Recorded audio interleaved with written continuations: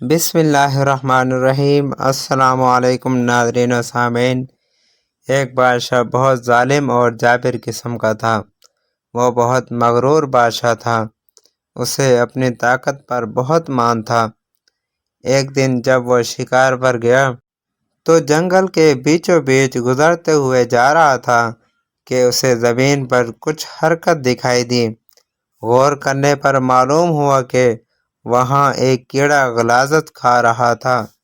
بادشاہ نے دیکھتے ہی منہ بسورا اور بہت حقارت سے کہا کہ اگر اللہ تجھے نہ بھی پیدا کرتا تو کیا تھا۔ بس یہ کہہ کر چند قدم آگے گیا اور اس کے گھوڑے نے ٹھوکر کھائی اور بادشاہ گر کر زخمی ہو گیا۔ محل واپس پہنچ کر مرہم پٹی تو کر دی گئی لیکن آرام نہیں آیا اور دیکھتے ہی دیکھتے چند دنوں میں وہ چھوٹا سا زخم پورے جسم پر پھیل گیا۔ بہت سے حکیموں کی سمجھ سے بالاتر تھا یہ مرض، کیونکہ انہوں نے اس سے پہلے ایسا کوئی مرض نہیں دیکھا تھا۔ اس لیے ان میں سے بیشتر لوگوں نے بادشاہ کو موت کی پیش گوئیاں کرنا شروع کر دی تھیں۔ اب اپنی موت کا انتظار کرنے کی بجائے بادشاہ نے دوسرے شہر کے ماہر حکیموں کو بھی طلب کر لیا۔ اسی دوران ایک حکیم نے بادشاہ کا غور سے معائنہ کیا تو بادشاہ کو بتایا کہ بادشاہ سلامت، اصل میں آپ جس جگہ گرے تھے وہاں کوئی غلاظت پڑی تھی جس کے جراثیم زخم میں لگے ہیں۔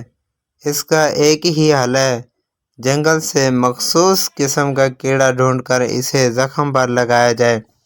بادشاہ نے بغیر کسی انتظار کے سپاہیوں کی زیر نگرانی حکیم کو جنگل روانہ کر دیا اور وہ کیڑا ڈھونڈ لایا۔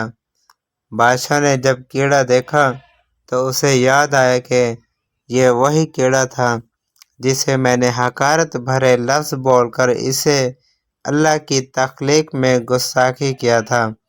اس لیے اسے اپنی غلطی کا احساس ہوا اور اس نے اللہ سے معافی مانگی اور سجدہ ریز ہو گیا اور چند دن بعد شفا یاب ہو گیا جیسے کوئی مرض تھا ہی نہیں۔